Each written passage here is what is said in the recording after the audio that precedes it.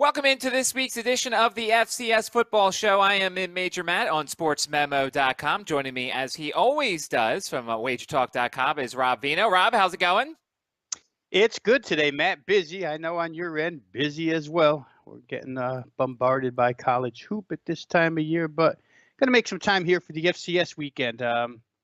See if we can pick up some cash along the way Saturday and Sunday.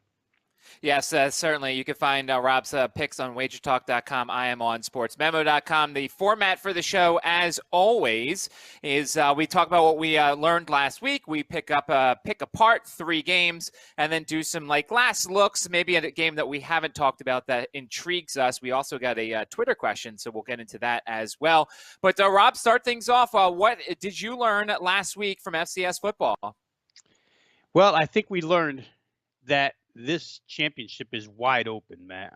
There is, unlike other years, there doesn't appear to be, after 4 short weeks here, and really it's only been 3, that James Madison and North Dakota State, your 2 heavyweights, aren't as dominant as we might have thought in the preseason. North Dakota has vaulted themselves to a 3-0 start. I think, if I remember right, Matt, I don't know if you looked at it or not, but I think the top 25 has Weber State sitting at number 1 this week, which drew the ire of a lot of North Dakota fans. But for UND, they have not been on the road yet, so we'll see what happens when they get on the road. But certainly, my goodness, the first 3 have been very, very impressive out of that team.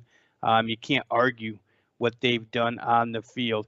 Other things I think that we've learned here. And first of all, with James Madison, let's get back to that real quick, Matt. And I know that you're close to that particular program, but they've already made a quarterback switch, right? They've changed quarterbacks, new starter down there. They get a COVID off week this week, but we'll see how they come out of this the week after. The defense has played at championship level, but that offense just hasn't been exactly what we expected. And the same really for North Dakota State. The defense was dominant last week. 25-0, kind of a workman-like win. Maybe these teams are just shaking off rust. Maybe they're not, but we'll see as time goes on. I wanted to go through something here, Matt, on my numbers real quick on what we've learned, and that is, plus minus power ratings wise from the beginning of the season. Who's risen the most in the power ratings? Probably the same where odds makers are concerned, and who's dropped the most. Right now, as you can imagine, North Dakota has gained the most in their power rating, and at least in my case, 12.5 points worth, almost 2 full touchdowns better than how I rated them to start the season.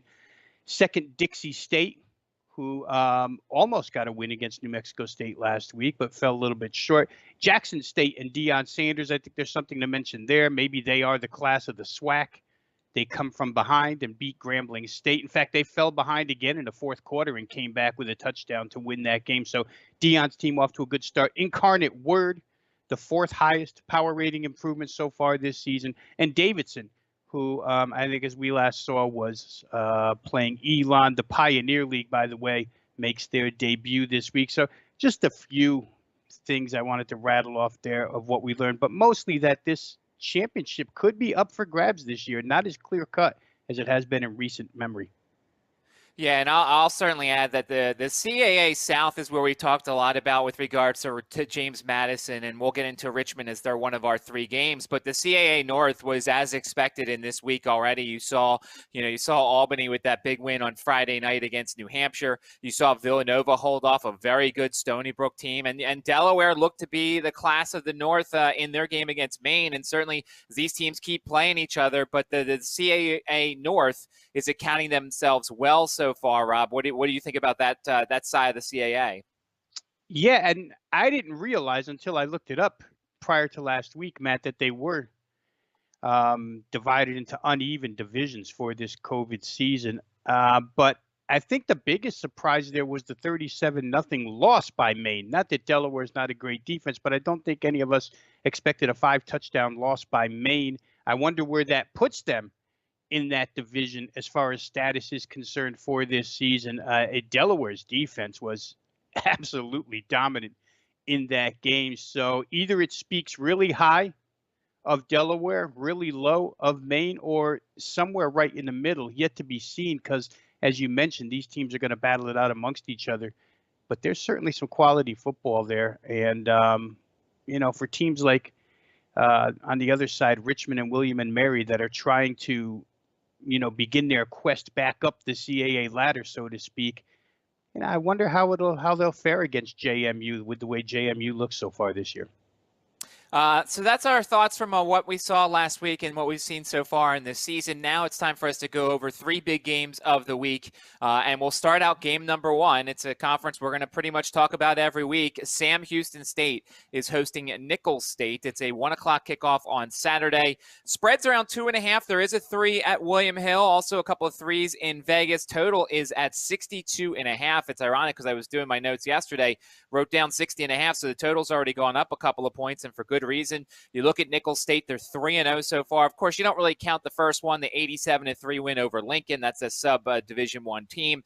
You've got a 55-0 win over Lamar and a 31-24 win over Northwestern State. And they've looked really good in terms of offensively. Lindsey Scott Jr., their quarterback, was really good, did some stuff with his arm, also really good with his legs. They've got good defensive numbers, but I wonder how much of that is skewed playing a team like Lincoln. That first game, Sam Houston State's only got 1 game under their belt, the 43-38 win over Southeast Louisiana. And, of course, Eric Schmid, their quarterback, 428 yards passing and 2 touchdowns, had a couple of rushing attempts as well, so he can beat you with your legs. Rob, this sets up to be a shootout on Saturday. Yeah, and I think because a lot of the stuff you brought up there, Matt, I have in my notes is also, and it leads us to a question that I just wanted to pose here, and that is, Sam Houston State comes in off a bye, right? They get a cancellation last week. So in theory, that's 2 weeks to prepare for Nicholls State. But I think, film room, that's one thing. The question here is, does the week off really help Sam Houston State the way that we generally apply bye-week status to teams in a regular college football season, right? I think if you're Nicholls State at this time of year, you've played every single week. So you're working off rust, you're getting better, you're getting better, you're getting better. In fact, I saw a quote from Elon's head coach, where we'll get to next game, where he said he thinks they're beginning to come together after 3 games, both offensively and defensively. So you have that aspect for Nicholls State versus the bye week for preparation for Sam Houston State. I think if you're going to bet this game, you kind of got to ask yourself, which side of that fence do you stand on? Do you prefer the extra time for Sam Houston State, or do you prefer having Nicholls State work out some kinks as they go along here? I'd probably, after watching 3-4 weeks of this, Matt, I'd probably prefer to have the team that's played every single week over the team that has only played once so far this season. But we'll see how that bears out. You hit on a good point here. I had in my notes, can Sam Houston State stop Nicholls State's offense? But then the counter to that is, is the production that Nicholls State has put up with Lindsey Scott, is that based on, is it fictitious because of the 2 opponents? We see that Lamar is horrendous defensively. Northwestern State, not necessarily a juggernaut. Even though Nicholls State escapes, kind of, when you look at the final score, you think 31-24, they escape with a win. But statistically, they dominated in that game, 29-12 first down edge, big, total yardage edge. Nicholls had over 500 yards. So maybe they were just looking ahead to this game. I'm not sure. But I'll say this, if their offense is as good as it's been the first 3 weeks, we have to remember that Sam Houston State got torched. That vaunted defense got absolutely torched by Southeast Louisiana in their only game. Quarterback Cole Kelly threw for 400+ against them. And Nicholls is way more balanced offensively than the Southeastern Louisiana squad. So they're going to present a few extra problems here. I could make a case for either side because, as you mentioned, Eric Schmid and that offense were tremendous. Again, it's against Southeast Louisiana. What do we know? Really, judging from that, their defense hasn't been great. But I played over 60.5, so I'm glad I got there before it moved up to 63. I think that's the way to go here. Both of these offenses, to me, seem to be the supreme units on the field. And we're going to see if K.C. Keeler's bunch can get back to that defensive elite status that they held in most of the preseason rankings. I don't know if Southeastern Louisiana exposed something or if that was just, only playing 1 game and having a, last year off. So we'll see, but I think over is the right way to go. Yeah, and with regards to the weeks off, I feel like we have to treat it like we treat it with college basketball. If you are having the weeks off because of your opponent and you're still able to practice and you're still able to have some sort of routine on a week-to-week basis, I think that's a good thing. If you're the team coming off the COVID pause, then we treat it differently. And of course, Sam Houston State's not the team coming off the COVID pause, so we will give them just a normal week of bye week as if this would be a normal season.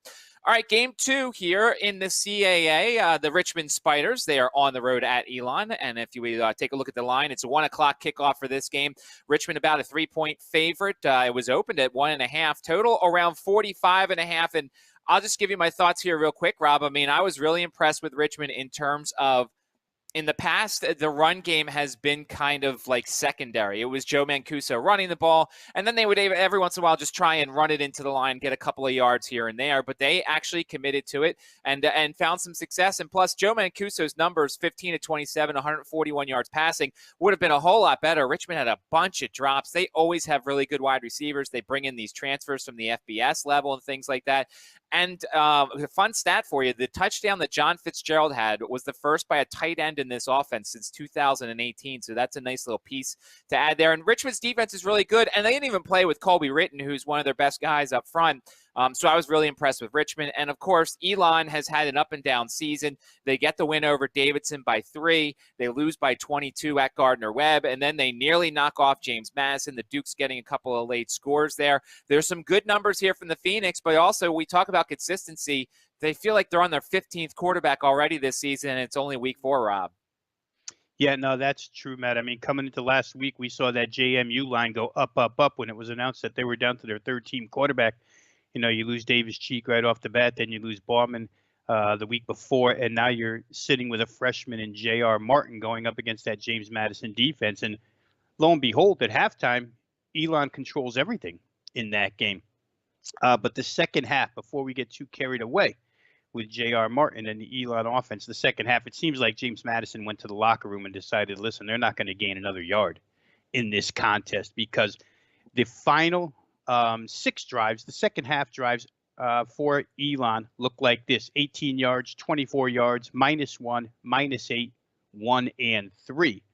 All combined, 24 total plays in the second half for 37 total yards. So Elon's got issues on the offensive side of the football, at least against an elite defense. Richmond played really good defense last week, Matt, and I had it listed in my notes. The way I defined it was, I called it a pretty good character win against William and Mary. You've got two teams where preseason rating is concerned, that are about in the same spot. I think Richmond was maybe a little ahead of William and Mary in their progress, but it's a pretty even game as indicated by the line. They're a 3.5-point favorite.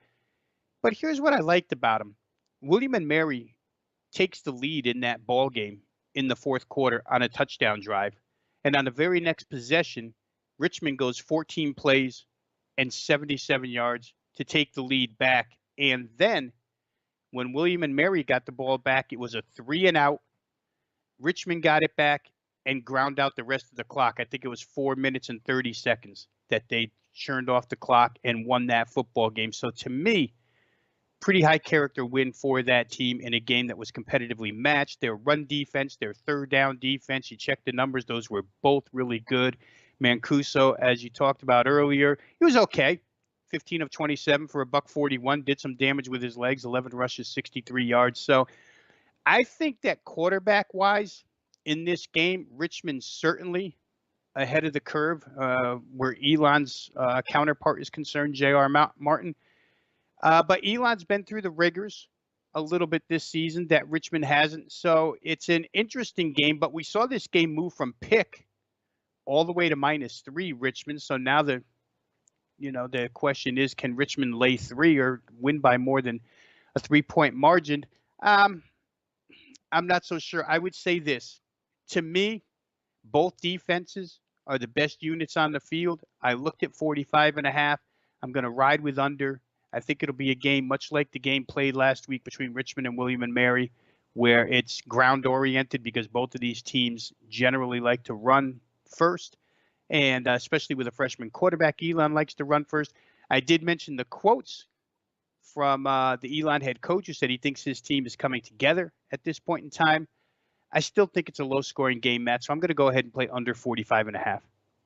Yeah, I agree. I think it's an under here. And we talked about this, with the first time we did the show about quotes that the coaches had during the preseason. And Richmond's coach, I mean, I sat in the studio and listened to him say, we're going to treat this not necessarily as a scrimmage, and it's not like they weren't trying to win, but he was going to play as many players as he possibly could and use this as a building block for the fall season coming up. And I don't know necessarily if that has changed at all based off of a first win. Maybe there is some sort of thought to, okay, we're still going to play these guys, but not as much. But for 1 week, that plan worked, and so I was certainly happy to see Richmond get the win over William and Mary. Final game of the three.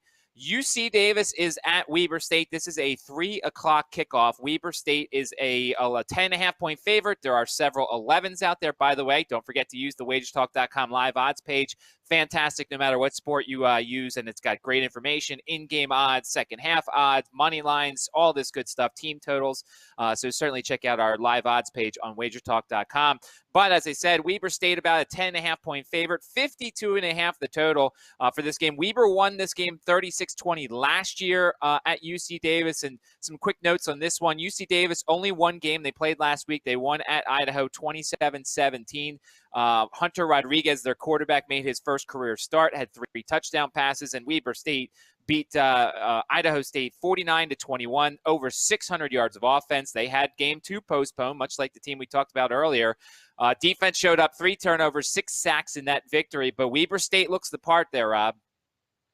They do, and now they own the part, right? They are the number 1 ranked team in FCS football, according to the guys who vote for that particular honor. So they've got the little bit of target on their back. Not that they didn't have it already, or on their chest, wherever you want to put the target. But they did already, right, as far as Big Sky football is concerned. And the only 2 teams that can potentially stop them, at least on paper, would be Eastern Washington or Cal Davis. I think the Cal Davis victory, Matt, fairly impressive from the standpoint that, in the Kibbe Dome the week before, Idaho beat Eastern Washington. So for Idaho to defeat Eastern Washington and then for Cal Davis to come in their initial contest of the season with a first-time starting quarterback, get behind in the game 17-7, and then go on a second half 20-0 run and win that game by 10. I think that's pretty impressive. The quarterback on the Weber State side, Baron Bronson, again, a second-time starter now. So you've got 2 quarterbacks, very little starting experience against one another. I think that'll be crucial in this contest for the Cal Davis defense. I know that generally when we talk about Dan Hawkins, the head coach for Cal Davis, want to talk about offense. But in this case, let's talk about their defense really quick and what happened last week. Idaho, on their first 5 possessions of that game last week, got 293 total yards. They ran 53 plays on 5 drives, so 10 plus on average, almost 11 plays on average per drive, 293 total yards. They had scoring drives of 76, 87, and 45. Excuse me. And then the Cal Davis defense took over. Final 5 drives of that game are 3 3-and-outs, an interception, and a game-ending 3-play drive. After that, Idaho only gained 57 total yards. So, to me, Cal Davis's defense found some footing. The big problem for me, excuse me, as I try to regain my throat here, is that the power rating, guys, has Weber State minus 14, which would indicate, there's some edge to playing that side here. But I'm not so sure off of the fundamentals that I'm seeing out of these 2 teams first 2 times. I'm not so sure that I want to lay points with Weber State. I know they can be a little more disruptive than the Cal Davis defense. But the Cal Davis defense to me showed a lot last week. Mike Beaudry, the quarterback for Idaho, is a good quarterback, and they shut him down late second half. So to me, I think I'm going to take a crack here with the underdog plus 11.5 in a game that Cal Davis really needs. Weber State off a week off. They do have the extra week to prepare. But I like the points here, Matt. I think 11's a lot to give. So I'll try Cal Davis plus the points here. And occasionally we've seen it, no matter the sport, we've seen sometimes where a team becomes number one and then all of a sudden they struggle with the expectations and things like that. And once again, the week off was not their fault. It was their opponent's fault. So that's something that also comes into play. All right. So that's our big three games for this episode.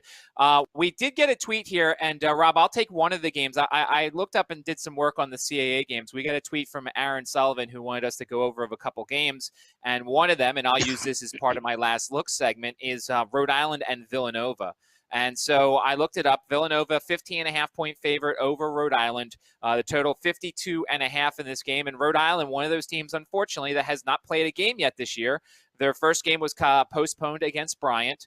And look, this Rhode Island team's going to look very different. They've had some transfers. They had some guys leave the program. They had some wide receivers go pro. I mean, this was a team last year that I like to play the over because their defense was rather awful, and their offense was able to score some points. The Priori kid, who I forget, I'm trying to remember because I know I've seen him in my travels. Do you remember where the Priori kid went and transferred to, Rob? I'm not sure, Matt, off the top of my head.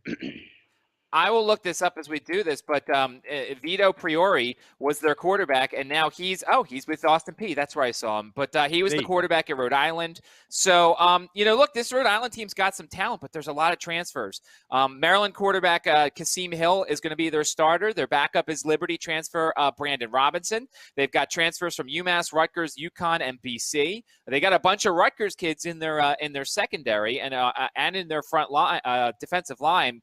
The things that I look at here, though, when it comes to Rhode Island is 4 new starters in their secondary. They've got a new defensive coordinator.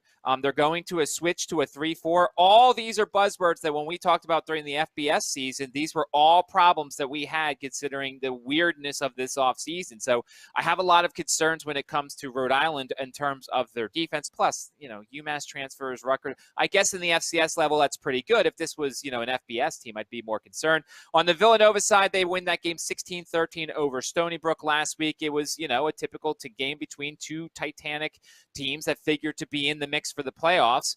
Pringle, the wide receiver for Villanova, had a really good game, 8 receptions, 133 yards, and a victory. This feels like one of those contests where Villanova can stretch their legs out a little bit against a rusty Rhode Island team. I know he talked about the first half under in his tweet, Aaron did, but I actually kind of like Villanova in the first half, or even, I don't know necessarily if they offer first quarter bets, but I think Villanova is the type of team here that's going to score early on Rhode Island, a team that's still trying to figure themselves out a bit with new coordinators. I think Villanova in the first half is the way to go here, Rob, and it's something that we're not going to get this situation very often with a team playing a team that hasn't played yet, but I've liked this situation in the past, and I think Villanova starts fast against a Rhode Island team still trying to figure itself out. Yeah, good stuff there, Matt, on that particular game. Hopefully the Twitter follower can put that to use and put something in his pocket here real quick on San Diego and Drake, and I won't be as in-depth personnel-wise with the analysis, but I will say this. San Diego wins this game very, very big last time they met. Drake has some expectations this year. It's still a team with a lot of question marks on the defensive side of the football, and you don't want those question marks against San Diego. San Diego routed Drake, as I mentioned, the last time that these two played. And they're going to be, the conference favorite, and they're going to be I don't want to call them a juggernaut, but for Pioneer League standards, they're going to be the offense that pretty much riddles every team and opposing defense that they play. Without anything on field to base this on so far this season, I'm going to agree with what Aaron, was that his name, the Twitter guy who asked us the question? Yes. I'm going to agree with his assessment. He likes San Diego minus the points. The game has been bet down from 11 to 9. I think once you get under that 10 mark, San Diego becomes live. I can't see Drake improving defensively in leaps and bounds this quickly. Maybe they have. We're going to find out. But I would agree. I think San Diego State gets themselves to 35 plus and finds a way to covering that point spread over Drake. So certainly, if you want to get involved in the show on a week-to-week basis, you can tweet me at MidMajorMatt, Rob at Rob Veno Sports, and you can certainly suggest us games, and we can get into them either in our big picture segment or in our other segment as well. You can find Rob at WagerTalk.com. I'm on SportsMemo.com. Rob, did you have a different game that you wanted to do your last look on, or was that your last look there? Well, it's not a different game, Matt, but I'm going to say for purposes of this show, I'll leave the people with, or the viewers with, one of the three games we went over. I'll call it a show best bet, so to speak, best bet for the show, and that would be the under in the Richmond Elon game. You and I have both already covered that game thoroughly, so if you've watched the show, you've seen the reasoning why. But I just think 45.5 is too much here, so give me as a show best bet Richmond Elon under 45.5 points. All right, and yeah, I certainly agree with that. And as I said, the Villanova first half with regards to the bet that our watcher did. So don't forget to go and hit the like button on the YouTube channel, the bell. You'll never miss a show. We've got a ton of shows that are still going on. We've got a ton of shows coming up. And, oh, yeah, by the way, the NCAA tournament, we're going to cover it like nobody else. You can find Rob Veno on WagerTalk.com. I'm on SportsMemo.com. We will be back next week with another edition of the FCS Football Show here on the WagerTalk YouTube TV channel.